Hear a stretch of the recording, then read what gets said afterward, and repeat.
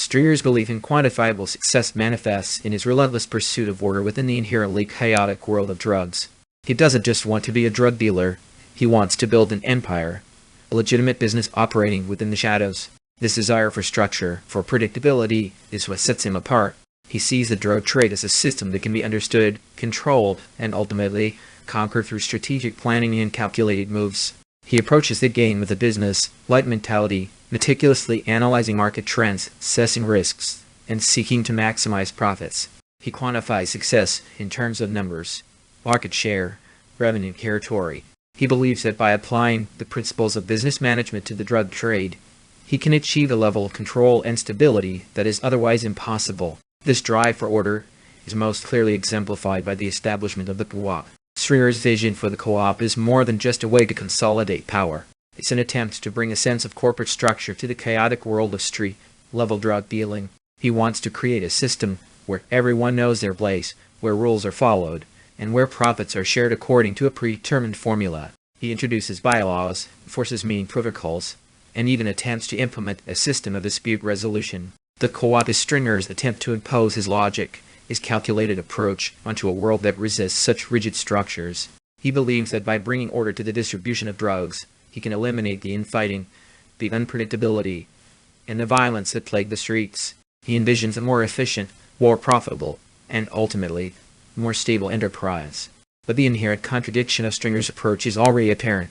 He's trying to build a legitimate business on a foundation and an illegality. He's trying to impose order on a world defined by chaos. And he's trying to control human nature, which, as we all know, is inherently unpredictable. The co-op, despite Stringer's best efforts, is ultimately a fragile structure, vulnerable to the very forces he's trying to contain. It's a testament to his belief in calculated progress, but also a foreshadowing of its inevitable limitations. Analyze how this belief system shapes his decisions and actions. He thinks he can calculate his way to the top, mentioning about how he met Proposition Joe. Stringer's belief in calculated progress permeates every aspect of his operation. He approaches every decision, every action, with a meticulousness that borders on obsession. He gathers data, analyzes trends, weighs risks, and formulates strategies with the precision of a seasoned CEO. He truly believes that he can calculate his way to the top, that success is a formula waiting to be solved. Take, for example, his relationship with Proposition Joe. Their initial meeting is a masterclass in calculated maneuvering.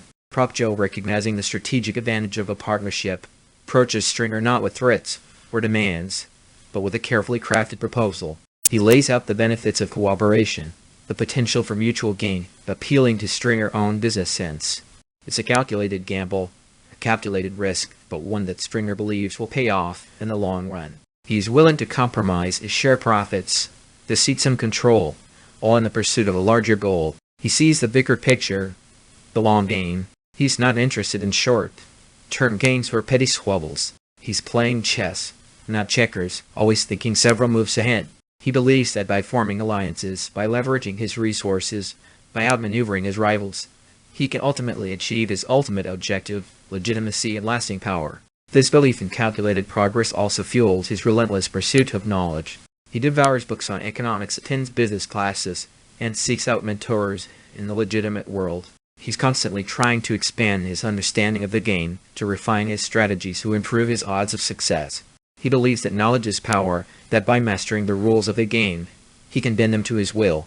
But this unwavering faith in calculation, in the power of logic and planning, also blinds him to the inherent limitations of his approach. He underestimates the role of chance, the unpredictability of human behavior, and the systemic forces that are working against him. He believes he can control the game, but the game ultimately controls him, and this is where the tragedy of his character truly lies. The cracks in the foundation